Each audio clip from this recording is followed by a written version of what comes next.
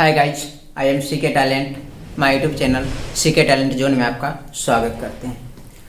आपको खास तौर से इस चैनल के माध्यम से क्लास 10th का मैथ, 11th का मैथ्स और क्लास 12 के लिए आपको हिंदी, मैथ्स और इंग्लिश ग्रामर का वीडियो लेकर के आऊँगा।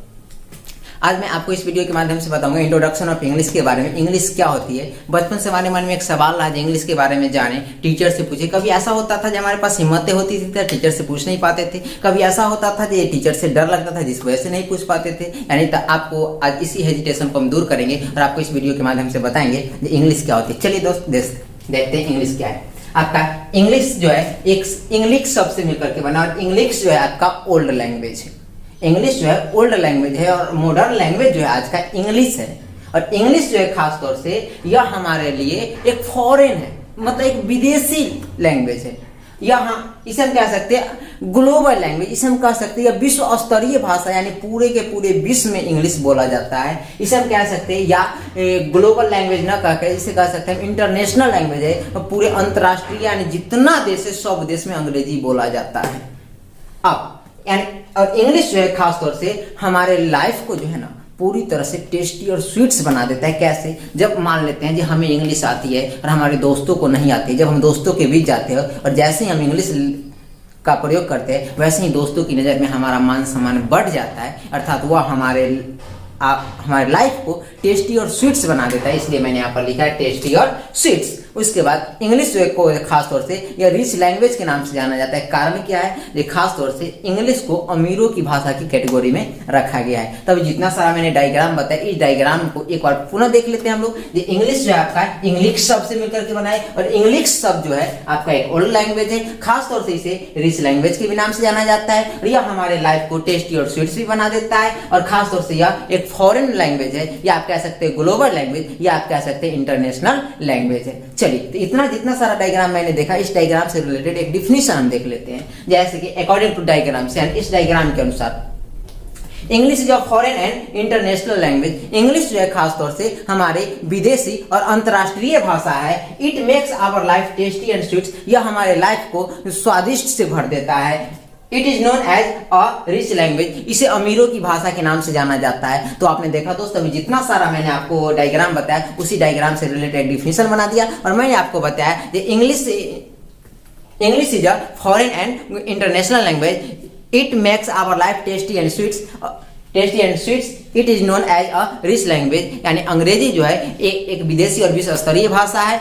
यह हमारे जीवन को स्वादिष्ट से भर देता है। इसे खासतौर से अमीरों की भाषा के नाम से जाना जाता है। अब देखते हैं, अंग्रेजी के 26 लेटर्स होते हैं, इंग्लिश के 26 लेटर्स होते हैं। उन 26 लेटर्स में से जो है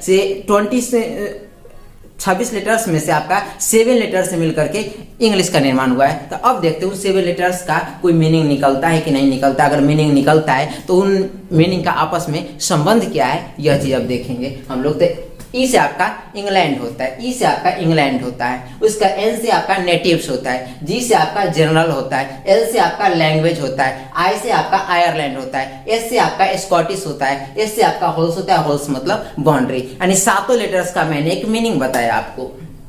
तो अब देखिए, इंग्लैंड, आयरलैंड और स्कॉटलैंड यह तीनों के तीनों देश है। आप तीनों के तीनों देश है, लेकिन हमारे देश के लिए खासतौर से इंडिया के लिए एक विदेश हुआ। यानी इसके यह क्या बताता है आखिरकार, जे इंग्लैंड, आयरलैंड और स्कॉटलैंड क्या बताना चाहता है। देखते हैं 7 लेटर्स का क्या मीनिंग निकलता है और ये 7 लेटर्स मिलता है तब जाके इंग्लिश का निर्माण करता है। तो हम इसमें कुछ काउंटिंग दर्शाया गया जो आपको दिख रहा होगा। अब देखते हैं इन काउंटिंग को। सबसे पहले हम क्या करेंगे, 1 वाली पढ़ेंगे, फिर 2 वाली पढ़ेंगे, फिर 3 वाली, इस तरह से संख्या को आगे जितना बढ़ाते जाएंगे और संख्या को पढ़ करके देखते हैं क्या आपस में कोई संबंध बनता है। तो देखिए, 1 में लिखा हुआ है आपका, इंग्लिश एक ऐसी सामान्य भाषा है जो इंग्लैंड, आयरलैंड, स्कॉटलैंड की जन्मजात है। यानी इंग्लिश एक ऐसी सामान्य भाषा है जो इंग्लैंड, आयरलैंड और स्कॉटलैंड की जन्मजात है। यानी जिसका जन्म इंग्लैंड में हुआ, जिसका जन्म आयरलैंड में हुआ, जिसका जन्म स्कॉटलैंड में हुआ। यानी हमारे देश से इसका कोई रिलेशन नहीं है। किसका?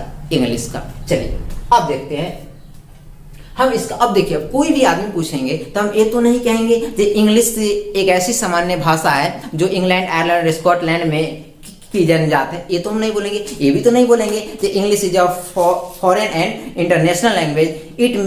It makes our life tasty and sweets.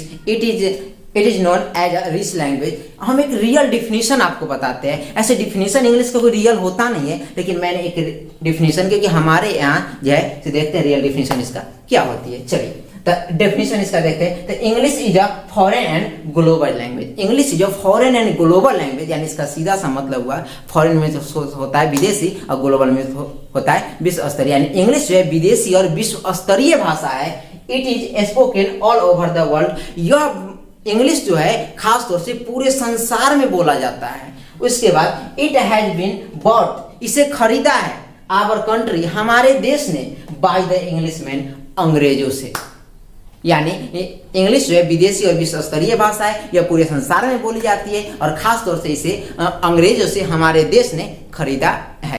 अगर आपको यह वीडियो अच्छा लगा हो तो लाइक, सब्सक्राइब और शेयर करना बिल्कुल ना भूलें।